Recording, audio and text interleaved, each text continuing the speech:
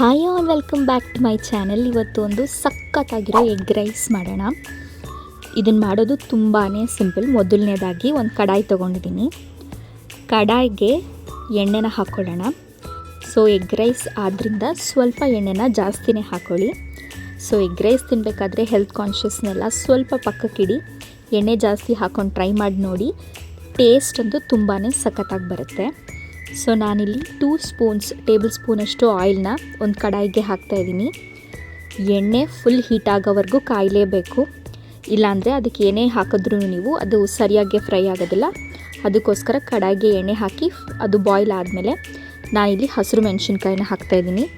ಯಾವತ್ತೂ ಎಣ್ಣೆಗೆ ಮೊದಲನೇದಾಗಿ ಹಸಿರು ಮೆಣಸಿನ್ಕಾಯಿನೇ ಹಾಕಿ, ಯಾಕಂದರೆ ಅದರಲ್ಲಿರೋ ತುಂಬ ಖಾರ ಅನ್ನೋ ಫ್ಲೇವರ್ ಎಲ್ಲ ಅದರೊಳಗಡೆ ಬಿಟ್ಕೊಂಡು ಟೇಸ್ಟ್ ತುಂಬಾ ಚೆನ್ನಾಗಿ ಬರುತ್ತೆ.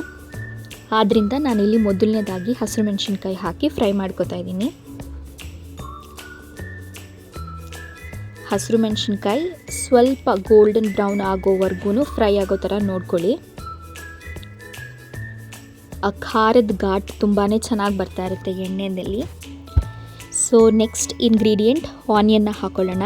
ನಾನಿಲ್ಲಿ ಆನಿಯನ್ನ ಉದ್ದುದಾಗಿ ಸ್ಲೈಸಸ್ ಆಗಿ ಕಟ್ ಮಾಡ್ಕೊಂಡಿದ್ದೀನಿ.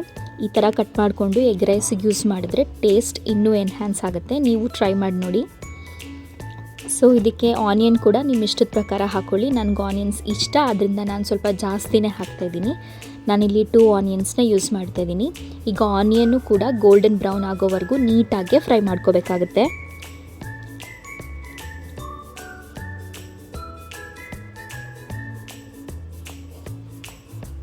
ನಿಮಗೆ ಆನಿಯನ್ ಹಾಕಿದ್ಮೇಲೆ ಗೊತ್ತಾಗುತ್ತೆ ಎಷ್ಟು ಎಣ್ಣೆ ಬೇಕಾಗುತ್ತೆ ಅಂತ. ಸೊ ಆನಿಯನ್ ಫ್ರೈ ಆಗೋಷ್ಟು ಆಯಿಲ್ ಬೇಕೇ ಬೇಕಾಗುತ್ತೆ, ಅದರಿಂದ ನೀಟಾಗಿ ನೋಡಿಕೊಂಡು ಹಾಕ್ಕೊಳ್ಳಿ. ನೆಕ್ಸ್ಟ್ ನಾನಿಲ್ಲಿ ಹಸಿ ಕರಿಬೇವಿನ ಸೊಪ್ಪು ಇರಲಿಲ್ಲ, ಆದ್ದರಿಂದ ಸ್ವಲ್ಪ ಒಣಗಿರೋ ಕರಿಬೇವನ್ನೇ ಯೂಸ್ ಮಾಡ್ತಾಯಿದ್ದೀನಿ.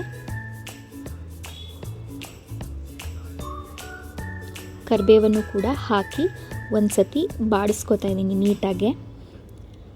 ಇದೆಲ್ಲಾದರೂ ಫ್ಲೇವರ್ ಕೂಡ ಆಯಿಲಲ್ಲಿ ರಿಲೀಸ್ ಆಗಿ ಒಂದು ಚೆನ್ನಾಗಿರೋ ಒಂದು ಸ್ಮೆಲ್ ಬರುತ್ತೆ. ಸೊ ಆ ನೀಟಾಗಿರೋ ಸ್ಮೆಲ್ ಬರೋವರೆಗೂ ಕೂಡ ನೀವು ಇದೇ ರೀತಿ ಬಾಡಿಸ್ಕೊತಾ ಇರಬೇಕಾಗುತ್ತೆ. ಸೊ ಇದಾದಮೇಲೆ ನಾವು next ingredient ginger and garlic ಪೇಸ್ಟ್ನ ಆ್ಯಡ್ ಮಾಡ್ತಾಯಿದ್ದೀನಿ. ನೀವು ಜಿಂಜರ್ ಆ್ಯಂಡ್ ಗಾರ್ಲಿಕ್ನ ಕೂಡ ಕಟ್ ಮಾಡಿ ಜಜ್ಜಿ ಹಾಕಿದ್ರೂ ಕೂಡ ಫ್ಲೇವರ್ ತುಂಬ ಚೆನ್ನಾಗಿರುತ್ತೆ. ಬಟ್ ನಾನಿಲ್ಲಿ ಇವತ್ತು ಜಸ್ಟ್ ಜಿಂಜರ್ ಗಾರ್ಲಿಕ್ ಪೇಸ್ಟನ್ನೇ ಯೂಸ್ ಮಾಡ್ತಾಯಿದ್ದೀನಿ.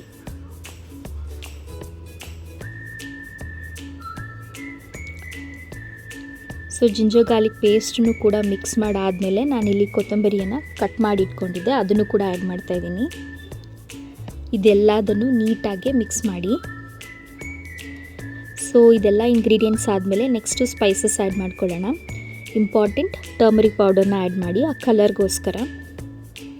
ನೆಕ್ಸ್ಟ್ ನಾನಿಲ್ಲಿ ರೈಸ್ ಹಾಗೂ ಎಗ್ಸ್ ಎರಡಕ್ಕೂ ಬೇಕಾಗಿರೋಷ್ಟು ಉಪ್ಪನ್ನು ಈಗಲೇ ಸೇರಿಸ್ಕೊತಾ ಇದ್ದೀನಿ.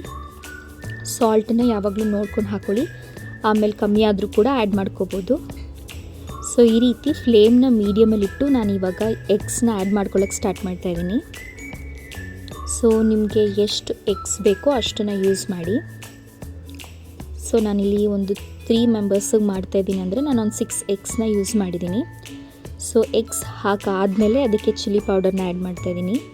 ಮುಂಚೆನೇ ನಾನು ಹಸಿರು ಮೆಣಸಿನ್ಕಾಯಿ ಆ್ಯಡ್ ಮಾಡಿದ್ದೀನಿ. ಸೊ ಚಿಲ್ಲಿ ಪೌಡರ್ ಸ್ವಲ್ಪನೇ ಆ್ಯಡ್ ಮಾಡ್ತಾಯಿದ್ದೀನಿ. ಇದೆಲ್ಲದನ್ನು ಆ್ಯಡ್ ಮಾಡಿ ನೀಟಾಗಿ ಎಗ್ಸ್ನ ಬೀಟ್ ಮಾಡಬೇಕಾಗುತ್ತೆ. ಈ ಥರ ಮಾಡಬೇಕಾದ್ರೆ ಯಾವಾಗಲೂ ಫ್ಲೇಮ್ನ ಮೀಡಿಯಮ್ ಫ್ಲೇಮಲ್ಲಿ ಇಡಿ. ಹೈ ಫ್ಲೇಮ್ ಇದ್ದರೆ ಕೆಳಗಡೆಗೆ ಜಾಸ್ತಿ ತಳಕ್ಕೆ ಎಗ್ಸ್ ಇದಾಗಿಬಿಡುತ್ತೆ. ಸೊ ನಮಗೆ ನೀಟಾಗಿ ಬರಲ್ಲ. ಸೊ ಎಗ್ಸ್ನ ಬೀಟ್ ಮಾಡಿ ಫ್ರೈ ಮಾಡಿಕೊಂಡು ಈ ಕನ್ಸಿಸ್ಟೆನ್ಸಿಗೆ ಬರಬೇಕು. ಅಂದರೆ ಆಲ್ಮೋಸ್ಟ್ ಫ್ರೈಡ್ ಎಗ್ ಕನ್ಸಿಸ್ಟೆನ್ಸಿಗೆ ಅದು ಬರಬೇಕಾಗುತ್ತೆ. ಅಲ್ಲಿವರೆಗೂ ನೀವು ಎಗ್ನ ಫ್ರೈ ಮಾಡ್ಕೋಬೇಕು. ತುಂಬ ವಾಟರಿ ಕಂಟೆಂಟ್ ಎಗ್ಸ್ ಇರಬೇಕಾದ್ರೆ ಅದಕ್ಕೆ ರೈಸ್ನ ಆ್ಯಡ್ ಮಾಡಬೇಡಿ. ಈ ಥರ ಆ್ಯಡ್ ಮಾಡಿದ್ರೆ ನೀಟಾಗೆ ಎಗ್ಸ್ ಮತ್ತು ರೈಸ್ ಕೋಟ್ ಆಗಲ್ಲ. ಸೊ ಆಲ್ಮೋಸ್ಟ್ ಒಂದು 80 to 75 to 80% ಎಗ್ಸ್ ನೀಟಾಗಿ ಫ್ರೈ ಆಗಿದೆ ಅಂದಮೇಲೆ ನಾವು ಅದಕ್ಕೆ ರೈಸ್ನ ಆ್ಯಡ್ ಮಾಡ್ಬೋದು. ಸೊ ನಾನಿಲ್ಲಿ ಆದಷ್ಟು ಎಗ್ಸ್ನ ಇವಾಗ ಮೀಡಿಯಮ್ ಫ್ಲೇಮಲ್ಲೇ ಇಟ್ಟು ಫ್ರೈ ಮಾಡ್ತಾಯಿದ್ದೀನಿ. ಫ್ರೈ ಮಾಡಿ ಅದು ಬೇಯಲಿ ಅಂತ ಬಿಟ್ಟಿದ್ದೀನಿ.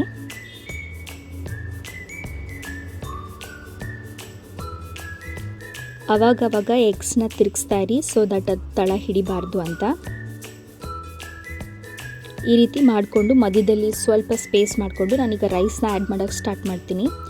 ನಾನು ಜಸ್ಟ್ ಪ್ಲೇನ್ ರೈಸ್ನ ತೊಗೊಂಡಿದ್ದೀನಿ. ಪ್ಲೇನ್ ರೈಸ್ನ ಕುಕ್ ಮಾಡಿಕೊಂಡು ಕುಕ್ಕರಲ್ಲಿ ಕುಕ್ ಮಾಡ್ಕೊಂಡು ತೊಗೊಂಡಿದ್ದೀನಿ. ನಾನು ಅದಕ್ಕೆ ರೈಸ್ಗೆ ಯಾವುದು ಫ್ಲೇವರ್ಸ್ ಅಥವಾ ಮಸಾಲ ಆ್ಯಡ್ ಮಾಡಿಲ್ಲ. ನಿಮಗೆ ಬೇಕಾದರೆ ರೈಸ್ಗೂ ಕೂಡ ಪಲಾವ್ ಸ್ಪೈಸಸ್ನ ಆ್ಯಡ್ ಮಾಡಿ ನೀವು ಕುಕ್ ಮಾಡಿಕೊಂಡು ಕೂಡ ಆ್ಯಡ್ ಮಾಡ್ಬೋದು.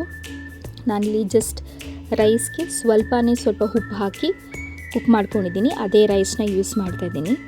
ರೈಸ್ನ ನಿಮ್ಮ ಕನ್ಸಿಸ್ಟೆನ್ಸಿಗೆ ಬೇಕಾದಷ್ಟು ಹಾಕಿ ಅದಾದಮೇಲೆ ನಾನು ಮತ್ತೆ ಸ್ವಲ್ಪ ಕೊರಿಯಾಂಡರ್ನ ಆ್ಯಡ್ ಮಾಡ್ತಾಯಿದ್ದೀನಿ.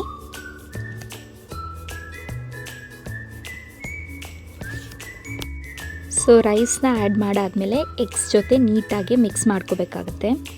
ರೈಸ್ನ ಆದಷ್ಟು ಉದ್ರಾಗಿ ಮಾಡ್ಕೊಳ್ಳಿ. ಅದಾದಮೇಲೆ ನೀಟಾಗಿ ಮಿಕ್ಸ್ ಮಾಡ್ಕೊಳ್ಳಿ. ಸೊ ಇದೇ ರೀತಿ ರೈಸ್ನೆಲ್ಲ ನೀಟಾಗಿ ಮಿಕ್ಸ್ ಮಾಡ್ಕೊಂಡಾದಮೇಲೆ ನಮ್ಮ ಎಗ್ ರೈಸ್ ಕಂಪ್ಲೀಟ್ಲಿ ರೆಡಿ ಆಗುತ್ತೆ.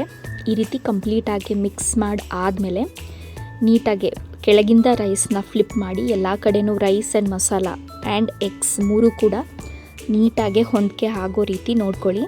ಇದೆಲ್ಲ ಆದಮೇಲೆ ಕೂಡ ಒಂದು ಮೀಡಿಯಮ್ ಫ್ಲೇಮಲ್ಲಿಟ್ಟು ಒಂದು 2 to 3 ಮಿನಿಟ್ಸ್ ಅನ್ನನ ಬೇಯಿಸಬೇಕಾಗುತ್ತೆ. ಸೊ ದ್ಯಾಟ್ ಅದು ಕೂಡ ಸ್ಟೀಮಲ್ಲಿ ಮತ್ತು ಎಗ್ಸ್ ಜಸ್ಟ್ 80% ಬಂದಿತ್ತಲ್ವ, ಅದು ಕೂಡ ಕಂಪ್ಲೀಟಾಗಿ ಕುಕ್ ಆಗಬೇಕಾಗತ್ತೆ. ಸೊ ಆದ್ದರಿಂದ ಒಂದು ಸ್ವಲ್ಪ ಟೈಮ್ ಈ ರೀತಿ ಕೂಡ ಬೇಯಿಸಿ. ಸೊ ದಟ್ ಎಗ್ಸ್ ಫ್ಲೇವರ್ ರೈಸ್ಗೂ ಕೂಡ ನೀಟಾಗಿ ಇರುತ್ತೆ. ಸೊ ಇವಾಗ ನಮ್ಮ ರೆಸಿಪಿ ಕಂಪ್ಲೀಟ್ ಆಗಿದೆ. Thank you.